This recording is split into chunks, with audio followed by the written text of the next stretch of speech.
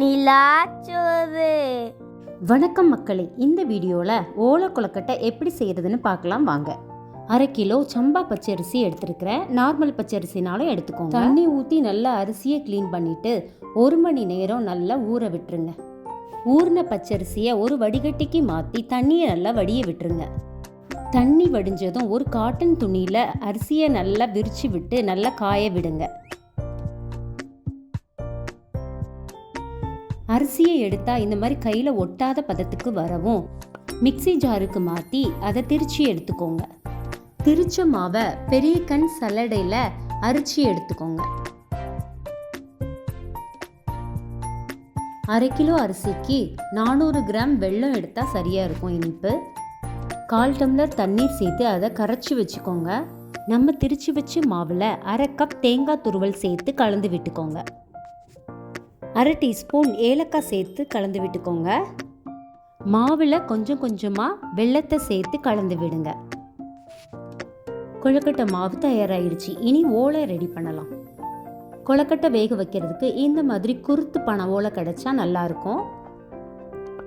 ஓலையை முதல்ல இந்த மாதிரி தனித்தனியாக பிரித்து எடுத்துக்கோங்க. பிரித்த ஓலையை இந்த மாதிரி சின்ன சின்ன பீசஸாக கட் பண்ணி எடுத்துக்கோங்க. இந்த மாதிரி அகலமாக இருக்கிற பீசஸில் தான் கொழுக்கட்டை மாவு நம்ம வைக்க போகிறோம்.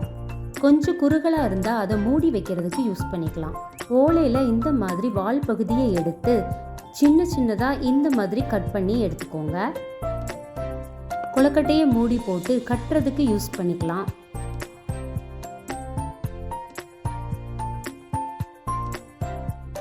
அகலமாக இருக்கிற ஓலை கொழுக்கட்டை வைக்கிறதுக்கும் குறுகலாக இருக்கிற ஓலை மூடி வைக்கிறதுக்கும் அதை சேர்த்து கட்டுறதுக்கு ஓலை ரெடி ஆயிடுச்சு.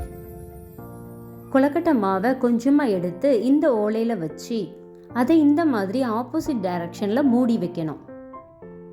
கொழுக்கட்டையை கட்டுறதுக்கு ரெடி பண்ணி வச்சிருக்கிற ஓலையை வச்சு இந்த மாதிரி கட்டி சுற்றி விட்டுருங்க.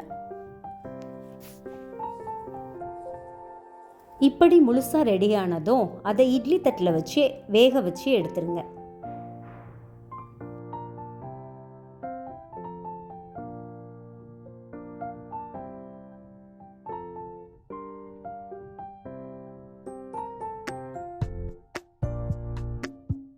அவ்வளோதாங்க, பனவோல வாசத்தோடு சேர்ந்து சுவையான கொழுக்கட்டை ரெடி.